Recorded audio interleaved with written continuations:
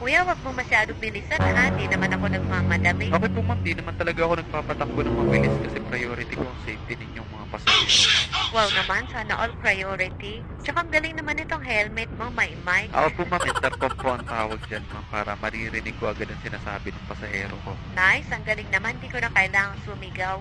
Kanina ka pa bumabiyahe, kuya?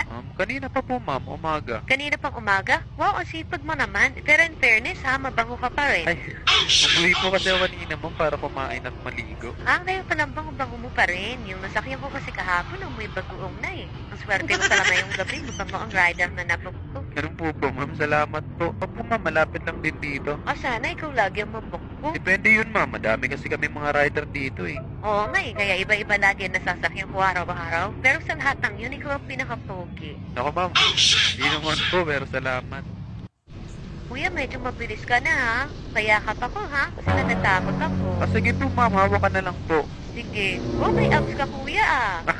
Ganyan talaga yan ma'am, nag-gym kasi ako bago ako pumasada eh. Wow, kaya kailangan macho mo kuya. Nag-gym ka pala. At ang bango mo talaga. Anong gamit mong pabango? Di pa ako nagpapabango ma'am, downy lang po yan. Kuya, pasensya ka na sa akin ha. Okay lang po ma'am. Baka you feel awkward na kasi ang kulit-kulit ko. Hindi naman po, okay lang po ma'am.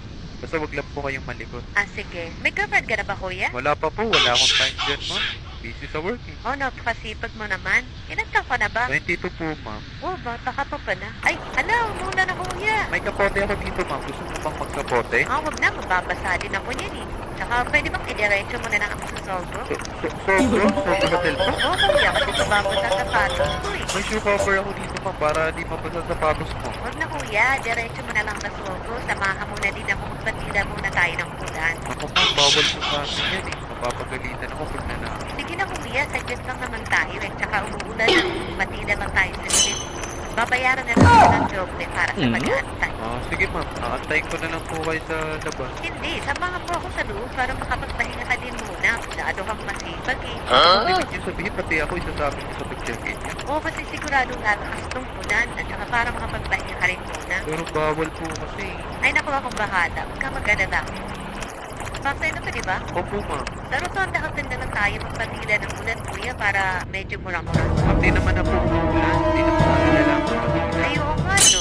Hindi na pala umuulan. Opo ma'am, wala na po. Sige, diretso muna sa bahay. Sige po ma'am. Gutom ka na ba? Medyo po, pero kaya pa naman. Kakain na din naman po ako pagkahatid ko sa inyo ma'am. Naku, sa bahay ka na kumain, kuya. May masarap na ulam akong dala-dala dito.